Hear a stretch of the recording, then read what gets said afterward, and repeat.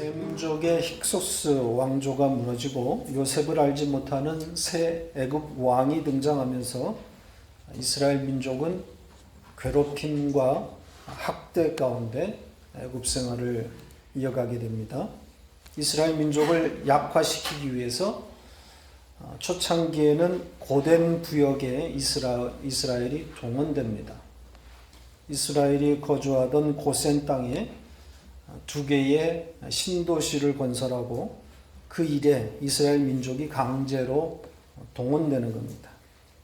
그런데 애굽 왕의 이런 계획과는 다르게 이스라엘 민족이 약화되기보다는 오히려 더 번성하게 되는 거죠. 학대를 받으면 받을수록 이스라엘은 더 번창하여 온 땅에 충만하게 되는 겁니다.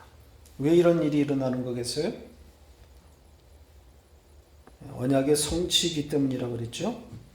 이스라엘의 번성과 충만함은 단순히 문자적인 뜻이 아니라 그랬습니다. 예수 그리스도의 충만함을 담고 있는 것이라고 했습니다. 언약의 성취라고 하는 그런 의미를 담고 있는 겁니다. 이스라엘 자손이 태어나고 또 번성하여 땅에 충만하게 되는 이야기를 읽다 보면 모두 불가능한 상황에서 자손이 태어난단 말이죠. 아브라함에게서 이삭이 어떻게 태어났습니까? 아브라함과 사라의 몸이 죽었을 때 이삭이 잉태됩니다. 생산 능력이 없는 가운데 언약의 후손이 태어난단 말이죠. 그리고 이삭과 그의 아내 리브가에게서 후손이 어떻게 태어납니까? 이건 좀 찾아보십시다. 창세기 25장 20절, 21절 같이 읽겠습니다. 이삭은 40세에 리브가를 맞이하여 아내를 삼았으니 리브가는 밧단 아람의 아람 족속 중 부두엘의 딸이 아람 족속 중 라반의 누이였더라. 이삭이 그의 아내가 임신하지 못하므로 그를 위하여 여호와께 간구하며 여호와께서 그의 간구를 들으셨으므로 그의 아내 리브가가 임신하였더니 이삭이 40세가 되었을 때 아내 리브가를 낳습니다. 그런데 그 아내가 임신하지 못하죠. 그 임신하지 못한 기간이 20년입니다. 에서와 야곱 두 쌍둥이가 태어날 때 그의 나이가 60세입니다. 그 20년 동안 아이가 없었던 거죠. 그런 불임의 상태에서 어떻게 아이를 잉태했다 그럽니까? 이삭이 그의 아내 리브가를 위해서 여호와께 간구했더니 하나님께서 그의 간구를 들으셨다 그러죠. 이삭의 기도로 인해 리브가가 임신했다고 하는 것이 강조된 것처럼 보여요. 그러나 이 본문을 이렇게 읽어버리면 성경의 일관성이 훼손됩니다.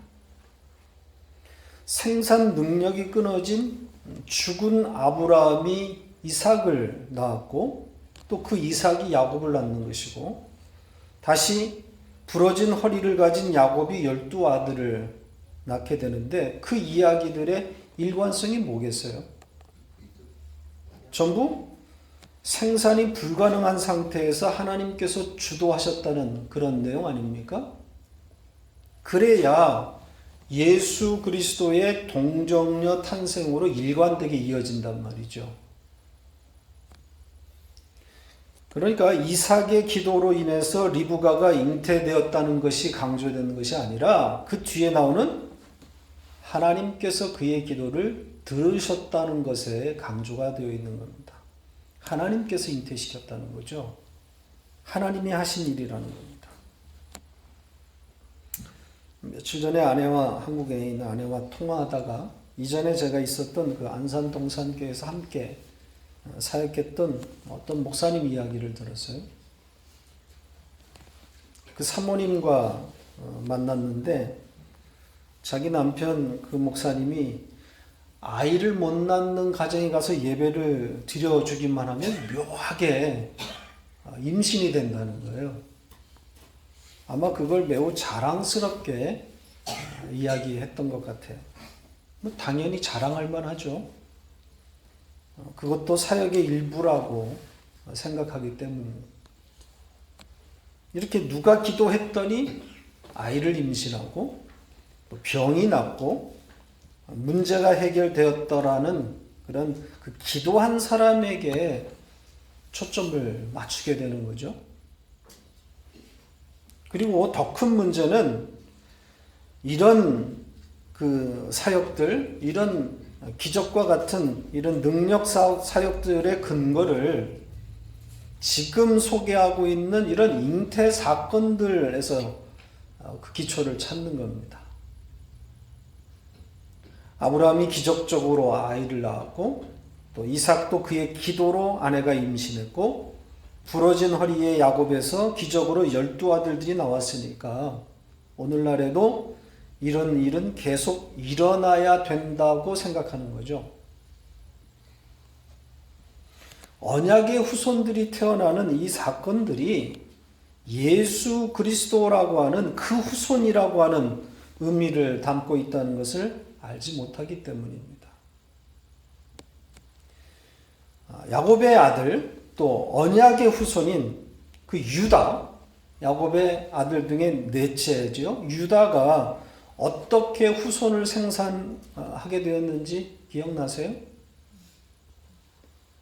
유다와 그의 며느리 다말에게서 언약의 후손이 생산되는 창세기의 이야기 기억나시죠?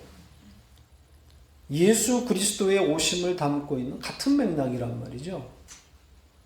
며느리 다말이 시아버지 유다에게 그의 몸을 던져서 말도 안 되는 그런 아들을 생산하는 이야기가 성경에 기록되어 있단 말이죠. 그러니까 이스라엘의 생육과 번성의 역사는 이런 복음의 맥락에서 읽으셔야 되는 겁니다. 오늘 본문도 이스라엘의 생육과 번성의 이야기를 다른 그림으로 담고 있습니다. 애굽 왕이 비돔과 라암셋 이 두 도시 건설을 통해서 이스라엘을 약화시키려 했지만 그 계획이 실패로 돌아가고 이제는 더 잔혹하게 이스라엘을 탄압하는 이야기입니다. 이스라엘에서 태어나는 산의 아이의 씨를 말리는 그런 정책을 펴고 있는 거죠. 이 일에 히브리 산파 2명의 이름이 등장합니다. 애굽 왕이 십부라와 부하라고 하는 이 두 여인을 매수해서 태어나는 남자아이를 죽여버리는 겁니다. 그런데 애굽 왕의 명령을 받은 이 산파들이 왕의 명령을 거역하고 이스라엘에 태어나는 남자아이들을 살려두게 되는 거죠. 하나님을 두려워했기 때문입니다. 하나님을 두려워하여 애굽 왕의 명령을 거역한 겁니다. 두 권력, 두 명령 사이에 끼어 있는 이 두 산파의 그 믿음의 선택을 우리가 보고 있는 거죠. 세상 왕의 명령과 하늘 왕의 명령 사이에서 갈등하는 모든 하나님의 백성들을 담고 있는 그림이라고 말할 수 있습니다. 결국 하나님의 백성들은 이 자리로 끌려가게 되는 거죠. 세상 왕의 명령과 하늘 왕의 명령 사이에서 갈등하다가 결국 하나님이 끌고 가시는 그 자리로 완성되는 겁니다. 여기서 우리는 좀 더 살펴볼 그런 내용들이 있는 것 같습니다.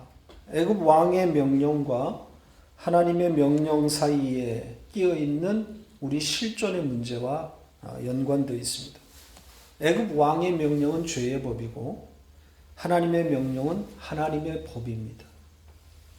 세상 왕의 명령은 눈에 보이는 것이고 하나님의 명령은 보이지 않습니다.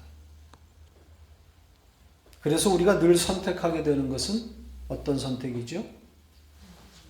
눈에 보이는 바로 그 세상 왕의 명령, 세상 법이에요.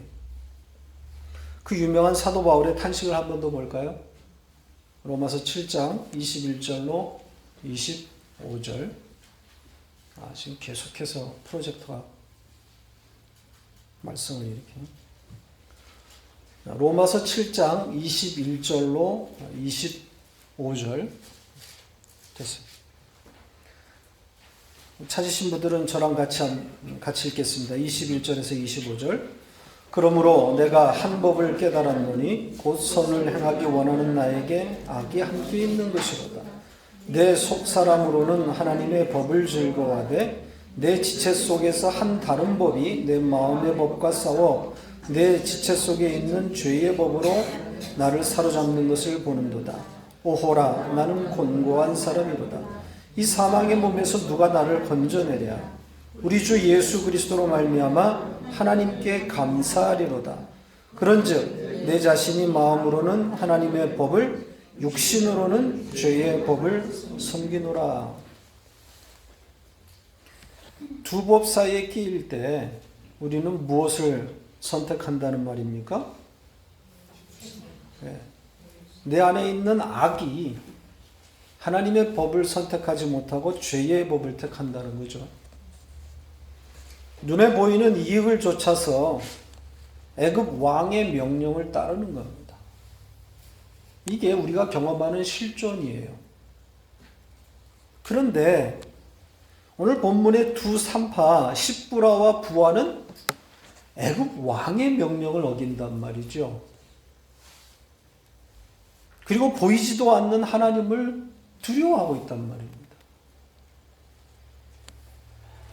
흔히 여기서 성급하게 말씀의 적용으로 가는 오류를 범하곤 합니다. 그러니까 십부라와 부하처럼 세상의 명령을 과감히 버리고 어떤 손해가 오더라도 하나님의 뜻을 따르자고 외치게 되는 거죠. 그러면 그 의로운 행동에 반드시 하나님께서 번영이라고 하는 성공으로 보답해 주실 것이다. 이렇게 간단 말입니다. 물론 십부라와 부하처럼 사는 것이 맞아요. 세상의 명령을 따르지 않고 하나님의 법을 따르며 살아가야지요. 그렇게 다짐하고 또 새해 그런 결심을 하는 것이 뭐가 나쁘겠어요? 그런데 이 결심대로 우리가 잘 가느냐 하는가 하는 문제예요. 이 말씀을 이렇게 적용해버리고 나면 허무해지기 짝이 없단 말이죠. 곧 무너질 날이 올 것이고, 그리고 그 무너지는 날을 어떻게 감당하겠습니까? 또 세상 왕의 옳지 못한 명령에 항거하는 비기독교인들의 그 정의로운 행동에 대해서 우리가 뭐라고 말할 겁니까? 하나님을 알지 못하는 사람들도 세상 왕의 명령을 거부하는 사람들이 많이 있단 말입니다. 부와 명예를 쉽게 얻을 수 있음에도 불구하고 불의한 명령을 거부하면서 손해를 보고 있는 소위 의로운 사람들이 실제적으로는 불신세계에 더 많단 말이죠.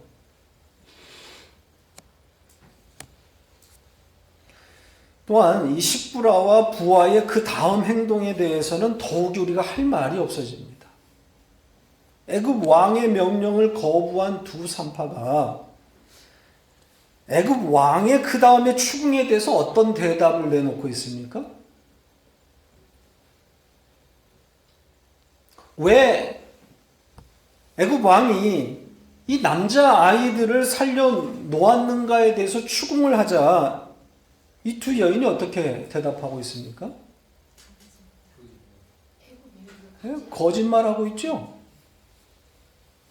자기들이 살린 것이 아니라 이스라엘 여인들이 건장해서 스스로 놓고는 아이들을 자기들이 오기 전에, 산파들이 오기 전에 빼돌렸다. 이렇게 거짓말을 하고 있는 겁니다. 그러면 이 거짓말도 교훈으로 삼아야 되는 거 아닙니까? 두 산파가 세상 왕의 명령을 거부한 것을 따르자 이렇게 적용했으면 그 다음에 나오는 거짓말도 따라야죠. 그러면 분리할 땐 거짓말해라 이렇게 가르칠 겁니까?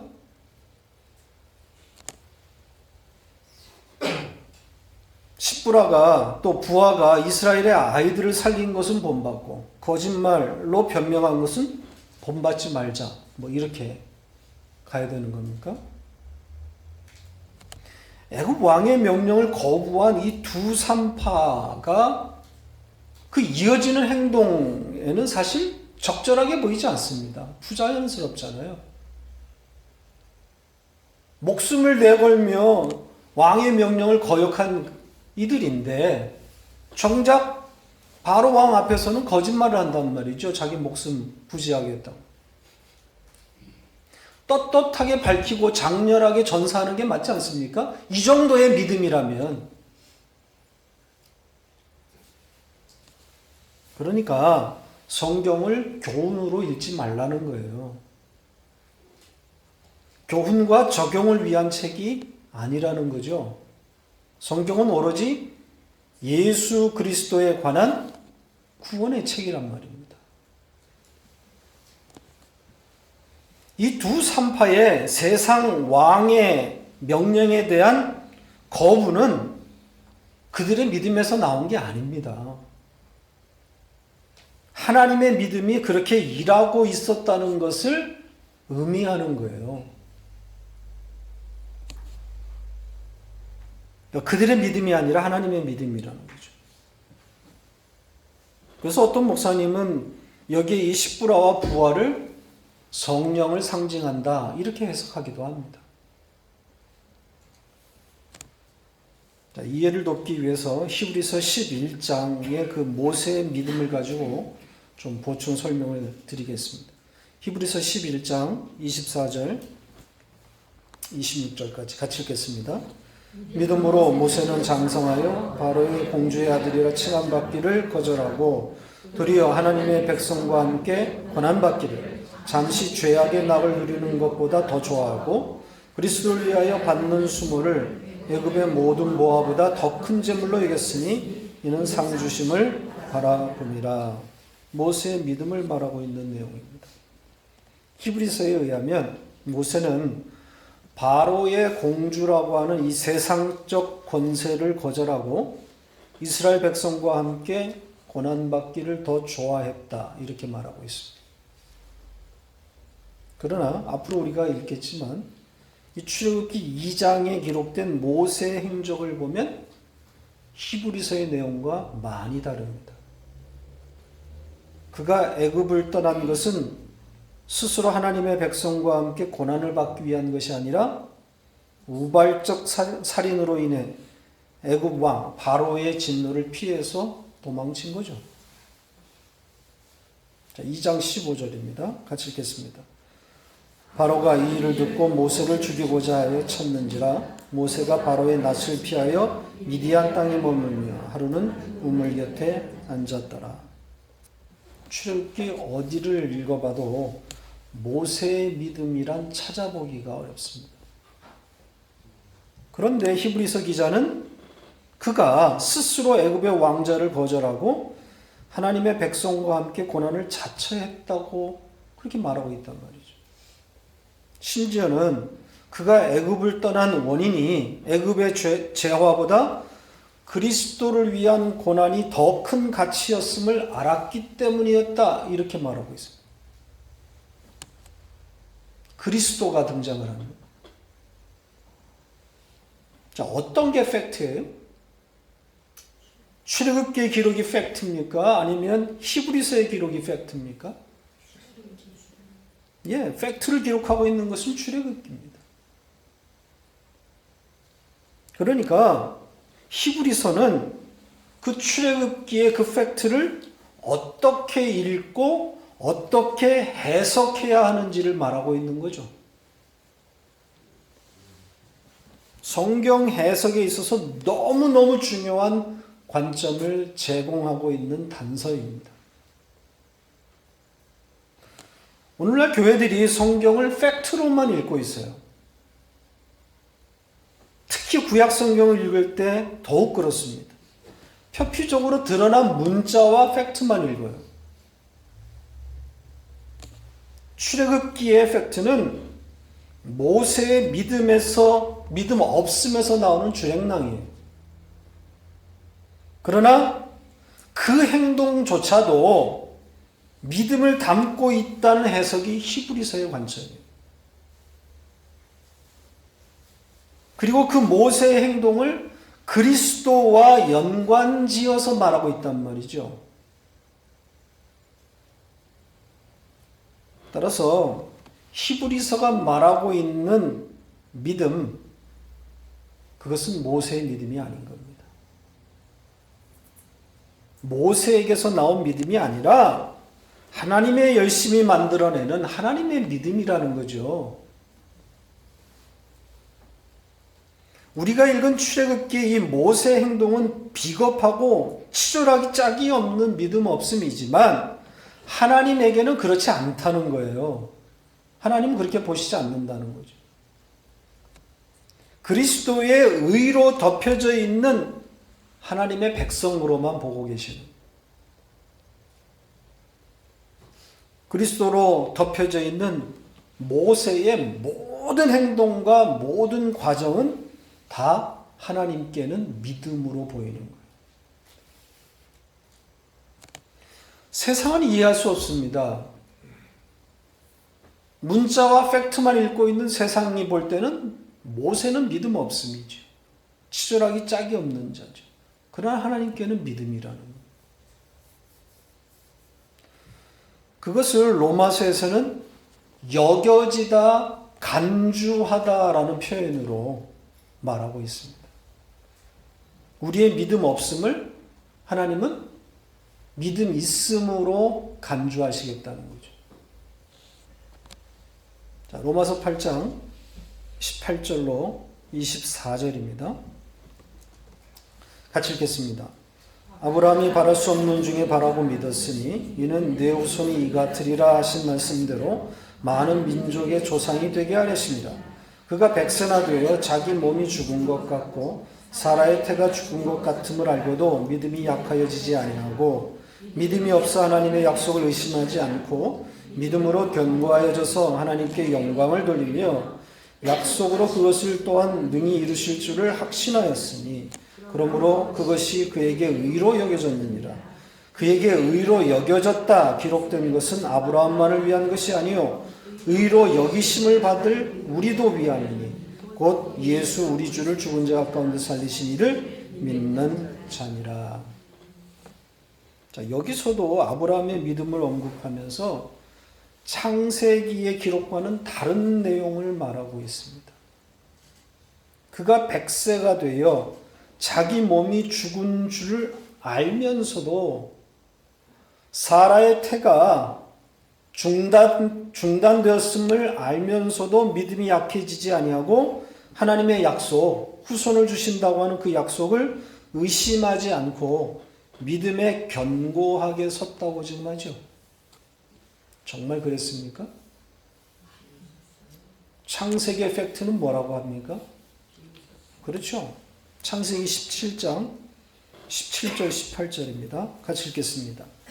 아브라함이 엎드려 웃으며 마음속으로 이르되 100세 된 사람이 어찌 자식을 낳을까? 사라는 90세니 어찌 출산하리요? 하고 아브라함이 이에 하나님께 아뢰되 이스마엘이나 하나님 앞에 살기를 원하나이다. 이게 팩트예요.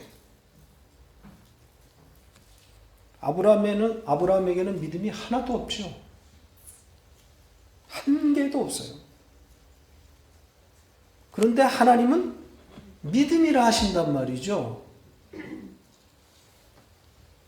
그래서 여겨졌다, 간주하다, 이 로기조마이 이 단어가 등장하는 거예요. 은혜, 하나님의 일방적인 그 은혜를 담고 있는 단어입니다. 믿음 없음을 믿음 있음으로 간주해버리겠다는 거죠. 누구 때문에? 예수 그리스도의 십자가가 개입되어 있기 때문입니다. 창세전에 죽임당하신 어린 양에 의해서 덮여진 하나님의 백성들, 그들의 모든 삶, 모든 삶의 과정이 다 믿음인 거예요. 이런 관점에서 두 산파의 행동을 이해하셔야 하는 겁니다. 그러니까 두 산파의 그 세상 왕의 명령에 대한 불복종, 이 불복종을 칭찬할 일이 아니라, 이거 본받자 이렇게 갈 일이 아니라 그 배후에서 일하시는 하나님의 열심과 믿음을 보시라는 거예요. 그래야 그 다음 행동, 그 다음에 나오는 두 여인의 거짓말도 해석이 가능해지는 거예요. 세상의 기준으로 보면 거짓말은 나쁜 거예요. 악입니다. 뭐 선의의 거짓말이기는 하지만 그것도 거짓말인 거죠. 속이는 거란 말이죠. 그래서 세상은, 아니 우리도 그래요. 거짓말하면 다 나쁘다고 한단 말입니다. 나쁘죠. 그런데 언약을 성취하는 성경의 이야기 속에 종종 거짓말이 등장합니다. 심지어는 하나님이 거짓말을 하도록 시키는 경우들이 또 나옵니다. 언약의 후손인 다윗의 기름 부음에 사무엘이 하나님의 명령을 받고 사울 왕을 두려워해서 가기를 꺼려하죠. 그때 하나님이 어떻게 하라고 합니까? 거짓말해. 자, 확인해 보십시다. 사무엘상 16장 1절로 3절 같이 읽겠습니다. 여호와께서 사무엘에게 이르시되 내가 이미 사울을 버려 이스라엘 왕이 되지 못하게 하였군. 내가 그를 위하여 언제까지 슬퍼하겠느냐? 너는 뿔에 기름을 채워 가지고 가라. 내가 너를 벨 사람 이새에게로 보내리니 이는 내가 그의 아들 중에서 한 왕을 보았느니라 하시는지라. 사무엘이 이르되 내가 어찌 갈 수 있으리까? 사울이 들으면 나를 죽이리이다 하니 여호와께서 이르시되 너는 암송아지를 끌고 가서 말하기를 내가 여호와께 제사를 드리러 왔다 하고 이새를 제사에 청하라. 내가 네게 행할 일을 가르치리니 내가 네게 알게 하는 자에게 나를 위하여 기름을 부을지니라. 다윗에게 기름 붓기 위해서, 왕으로 기름 붓기 위해서 예배가 수단으로 사용되고 있죠. 하나님이 그렇게 하라 그럽니다. 예배 드리는 척하고 그 제사에 이새를 불러드리고 그렇게 해서 다윗에게 기름을 부어라. 그러니까 왕을 새로 뽑는 기름 부음을 위해서 가는 방문이지만 사울에게는 제사하러 온 것처럼 속이라는 거예요. 그러니까 하나님이 지금 하신 명령. 거짓말을 명령하신 분이 지금 하나님이신 거죠. 왜 이런 이 불의하게 보이는 것들이 성경에 기록되어 있을까요? 사실 성경에 이런 흐름, 좀 읽기에 불편한 그런 내용들이 부지기수입니다. 이건 좀 성경에 없었으면 좋겠다.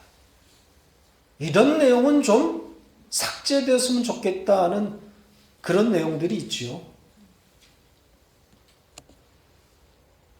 세상 시각에서 보면 이해할 수 없고 잔인하고 추잡하고 그래서 더러워서 토하고 싶은 그런 내용들이 들어있지 않습니까?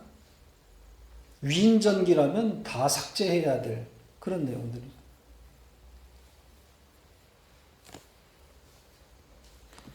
이스라엘이 가나안을 정복할 때 하나님이 가나안 족속들을 다 죽이라고 하면서 에벤 여자, 영아, 유아 모조리 죽이라고 합니다. 이게 얼마나 잔인합니까? 또 언약의 후손을 잇는 사건들마다 또 얼마나 추잡스러워요? 아까도 소개했지만 유다왕, 이 며느리 다말의 이 불륜으로 인해서 후손이 이어지지 않습니까? 그게 메시아의 조상이에요. 예수의 조상이라고요. 또 루시 보아스를 유혹합니다.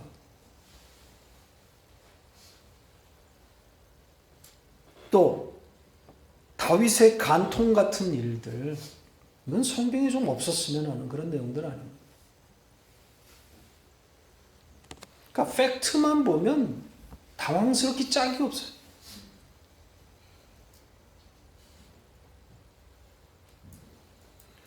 그래서 성경을 어떤 그 표피적인 문자 그대로만 읽으면 사실은 진의, 원래의 뜻, 하나님 우리에게 가르쳐 주려고 하는 그 뜻에 도달하기가 어렵습니다. 그래서 성경은 예수 그리스도로 복음으로 읽혀져야 되는 거죠. 성경은 세상을 이해시키고 설득하는 책이 아닙니다.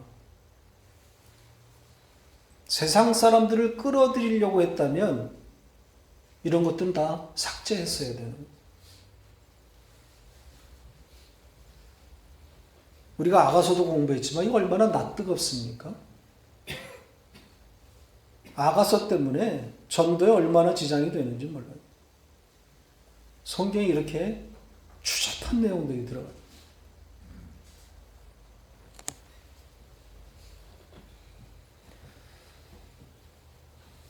이 세상이 말하는 선, 세상 사람들이 합의해서 이거는 옳고 그르다 하는 그 선의 기준, 하나님의 기준과 다른 겁니다. 이렇게 추잡하게 보이고 어처구니 없어 보이는 이 성경의 기록들, 이것들이 성경 안에 있는 것은 세상이 말하고 있는 가치, 세상이 말하고 있는 기준을 부정하고 따라서 세상 사람들에게 하나님을 감춰버리는 역할을 하는 거예요. 세상은 하나님을 믿지 못하는 거죠. 그런 역할을 합니다. 이런 사건들이. 그러니까 하나님을 못 믿게 하는 장치라고 보시면 돼요. 누구나 이해할 수 있고 누구나 설득당할 수 있고 누가 봐도 하나님은 세상 사람들이 생각하기에 완전한 선한 분 이렇게 소개되면 다 믿죠.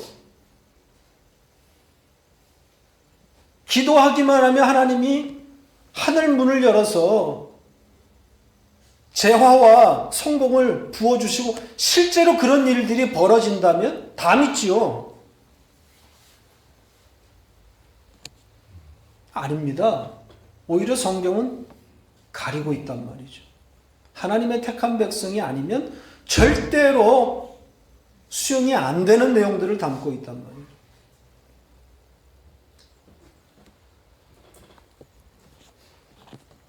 거짓말을 해도 좋다는 그런 이야기를 하는 것이 아닙니다.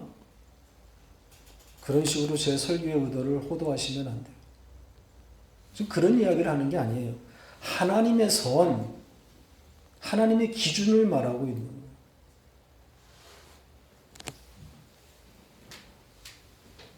자, 이렇게 거짓말로 애굽 왕의 질책을 모면한 두 산파를 하나님이 어떻게 하셨다 그럽니까? 거짓말했어요.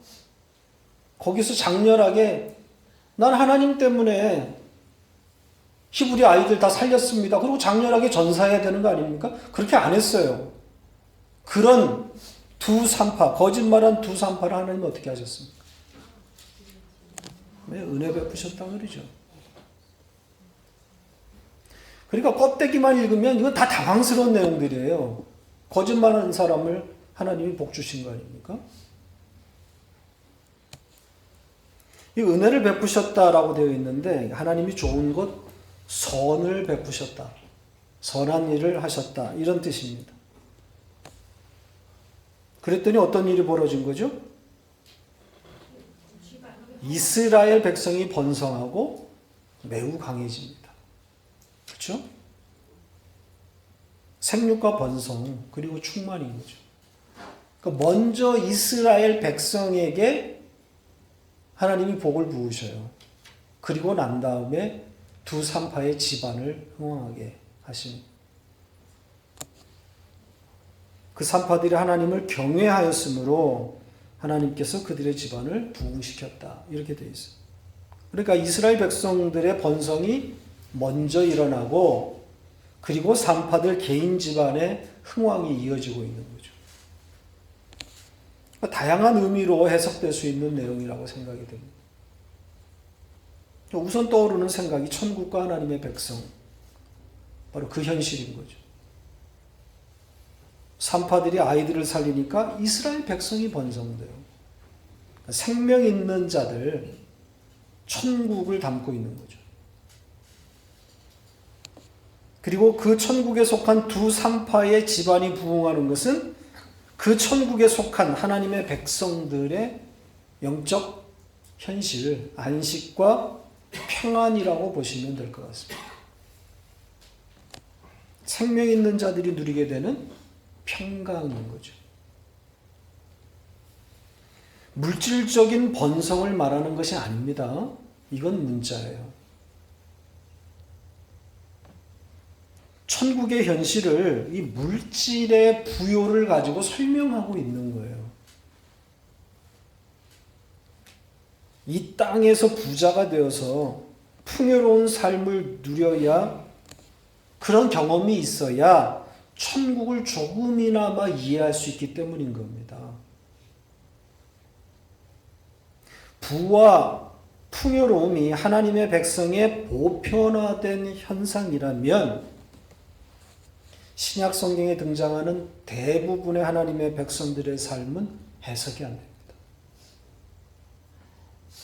부자가 되고 풍요로운 것이 보편적인 성도의 삶, 열매라고 한다면 신약 성경을 읽는 사람들은 당황스러울 수밖에 없죠. 간혹 부자들이 등장하기는 하지만 대부분은 부와 거리가 먼 삶을 산단 말이죠.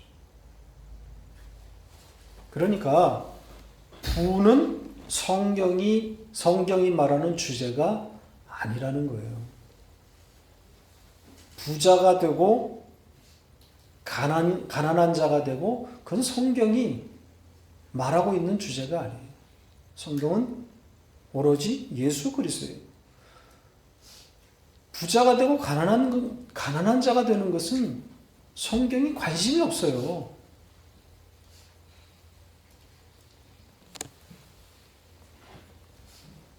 그러니까 부자가 될 수도 있고 가난할 수도 있어요.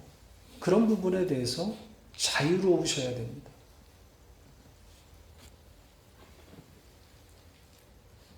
그러니까 돈이 붙는 사람이 있고 안 붙는 사람이 있다니까. 그냥 그렇게 생각하시면 돼요. 그냥 팔자다 그렇게 생각하시면 돼요. 저 보세요.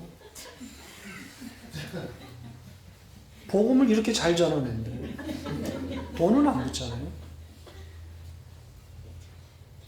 성경은 오로지 천국을 말하고 예수 그리스도를 가르치고 있는 거예요.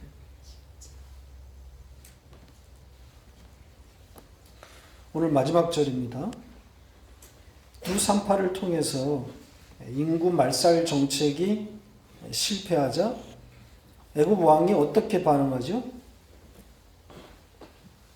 두 산파를 통해서 비밀리에 진행하려고 하는 그 정책을 포기하고 이제는 아예 노골적으로 애굽 전 민중에게, 이스라엘에게서 태어나는 사내 아이들은 보는 대로 죽여버리려고 합니다. 살육이 시작되는 거죠. 다음 시간에 자세하게 말씀드리겠지만 예수 그리스도의 오심과 정확하게 같은 그림입니다. 헤롯이 동방 박사의 말을 듣고 새 왕이 등장할까 봐 두려워서 2살 이하의 사내 아이를 다 죽여버리지 않습니까? 이 대학살을 피하기 위해서 예수의 부모가 예수를 어디로 데리고 가죠? 애굽으로 데리고 갑니다. 그래서 예수가 애굽에서 나온다고 말하는 거예요. 같은 이야기. 모세가 모든 산의 아이들이 죽는 가운데서 다 죽어가는 데서 그것을 피해 물속에서 올라오는 그림과 같은 거죠. 이게 우연이겠습니까? 그러니까 출애굽기에서 모세가 등장하는 이 그림은 장차 오시는 예수 그리스도를 그대로 예표하고 있는 겁니다.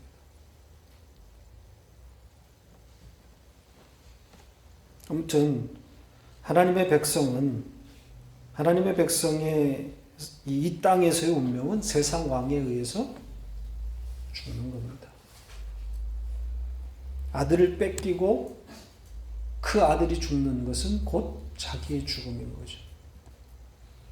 아들의 죽음은 곧 자기의 죽음이에요. 그렇게 죽어야 진짜 생명인 모세가 등장하는 거예요. 아들들이 죽어 넘어가야 진짜 생명인 모세가 등장해요. 그래서 죽은 이스라엘을 모세가 살려내고 가나안으로 끌고 가게 되는, 이렇게 메시아를 예표하고 있는 거란 말이죠. 모세는 예수예요.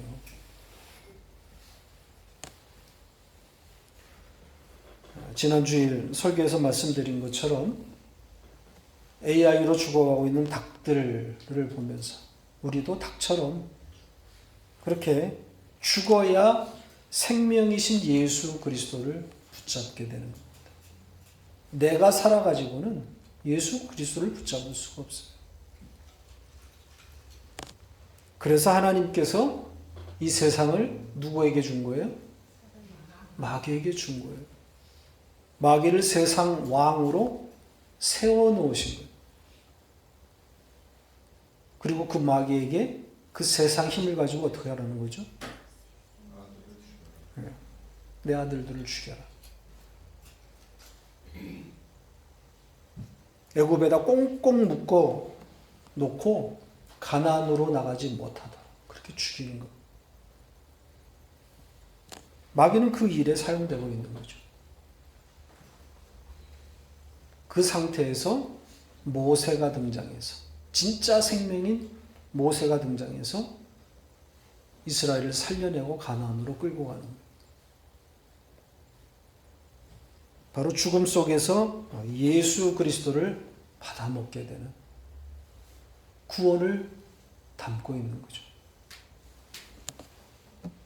우리는 그 자리에서, 그 죽음 속에서 예수를 받아먹는 양육을 경험하게 되는 겁니다. 그래서 마지막 완성 때에, 우리가 완성될 때 예수라고 하는 말 외에는 어떤 것도 꺼내지 못하는 자로 그렇게 완성되는 겁니다.